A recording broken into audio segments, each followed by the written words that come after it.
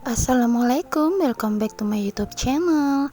Hai teman-teman, kembali lagi bersama saya Evi Wandari. Apa kabar teman-teman semua? Mudah-mudahan dalam keadaan baik dan sehat ya, dan pastinya tetap semangat. Baiklah teman-teman, sebagaimana janji saya kemarin, saya akan berbagi cerita tentang anak saya yang mengidap autisme. Di sini saya mau berbagi cerita, berbagi pengalaman bagaimana saya merawat anak dengan autisme dan bagaimana cara saya mendidiknya. Teman-teman, saya mempunyai 4 anak. Anak yang pertama itu perempuan dan 3 anak saya yang lainnya itu laki-laki. Nah, anak saya yang mengidap autisme ini adalah anak yang nomor 2, usia 9 tahun dan jenis kelaminnya laki-laki. Nah, bagaimana awalnya saya bisa tahu anak saya mengidap autisme? Awal dari kelahiran anak saya itu berat badannya hanya 1 kilo 8 ons dan itu sangat kecil sekali ya teman-teman, dan sempat tinggal di rumah sakit itu untuk beberapa hari karena memang kondisi keadaan anak saya yang tidak stabil. Nah, ketika anak saya berumur 2 tahun, anak saya belum bisa berbicara.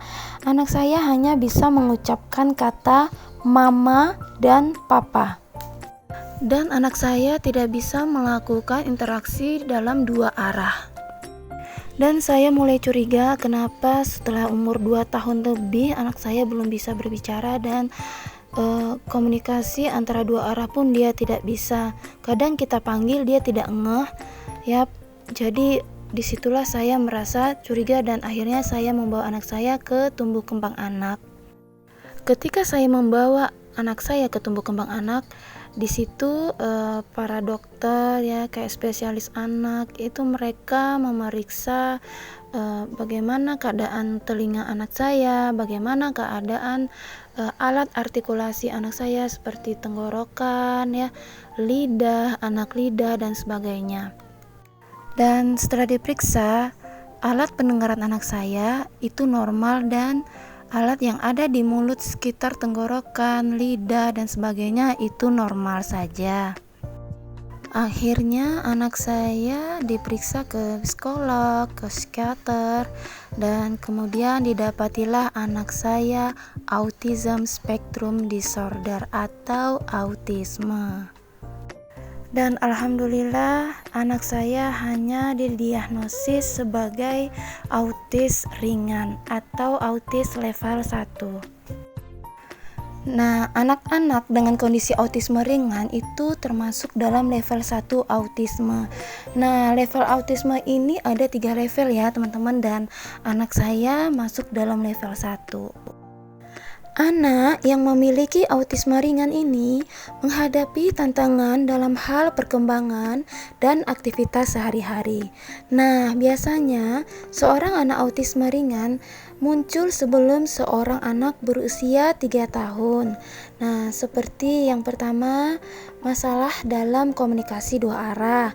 Itu termasuk dalam mengembangkan percakapan, bahasa tubuh, kontak mata, serta ekspresi wajah.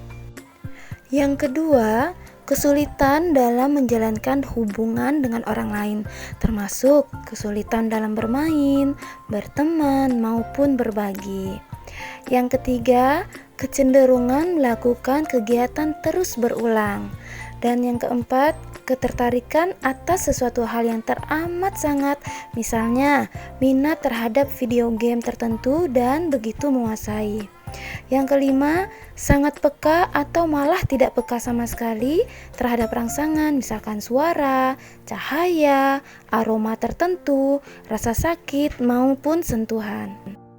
Ketika gejala-gejala yang saya sebutkan tadi muncul ketika sudah melewati usia 3 tahun, maka umumnya anak didiagnosis memiliki gangguan komunikasi sosial yang tidak berat. Nah, contohnya anak saya sekarang sudah berumur 9 tahun dan sekarang dia didiagnosis sebagai autism spectrum disorder dan speech delay. Nah, bagaimana saya merawat anak yang istimewa ini? Baiklah, jadi perawatannya yang pertama saya melakukan terapi ya teman-teman. Jadi terapi yang pertama yaitu terapi perilaku. Nah, terapi ini menggunakan reward atau hadiah untuk mengajarkan perilaku pada anak. Yang kedua, terapi bermain. Terapi ini memanfaatkan metode permainan untuk membangun kemampuan emosi dan berkomunikasi. Nah, jadi anak-anak yang didiagnosis autisme ini biasanya emosinya tidak stabil ya, teman-teman. Nah, yang ketiga yaitu terapi okupasi. Terapi okupasi ini sangat membantu anak yang mengalami sensori. Nah, seperti melompat dengan kaki satu, melompat dengan kaki dua, bermain trampolin, menangkap bola, melempar bola, menendang bola, dan sebagainya. Yang keempat, terapi fisik.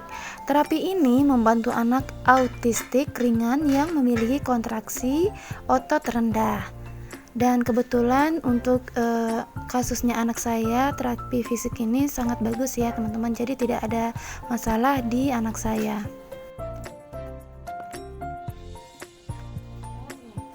Nah, bagaimana cara menjalin komunikasi pada anak autisme? Yang pertama, biasakan berbicara dengan kalimat singkat dan jelas atau berbicara secara berlahan dengan jeda antara kata. Nah, jika perlu, iringi kata yang kita ucapkan dengan gerakan tubuh yang sederhana. Yang kedua, berikan waktu kepada anak untuk memahami perkataan kita. Yang ketiga, panggil anak selalu dengan namanya.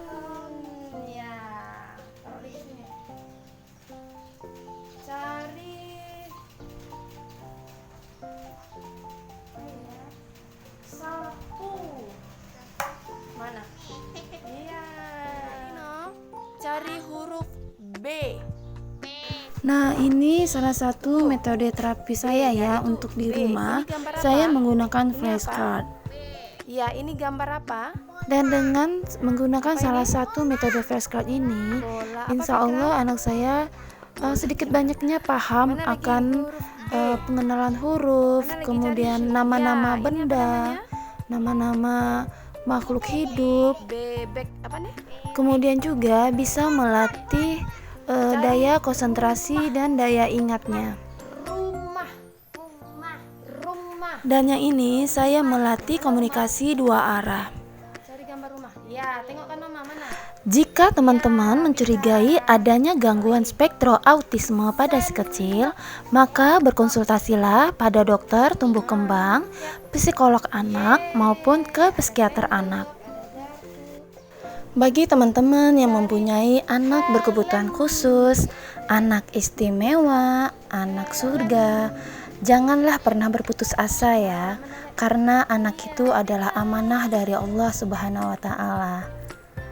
Jika teman-teman mempunyai anak istimewa seperti saya, boleh komen di bawah ya. Kita bisa berbagi cerita dan berbagi pengalaman. Demikianlah video saya hari ini, mudah-mudahan bermanfaat. Dan jangan lupa subscribe, like, comment, and share. Dan jangan lupa klik lonceng notifikasinya agar tidak ketinggalan video terbaru dari saya. Oke teman-teman, jika saya ada salah kata, saya mohon maaf dan tolong diberitahu yang benar ya. Wassalam, terima kasih.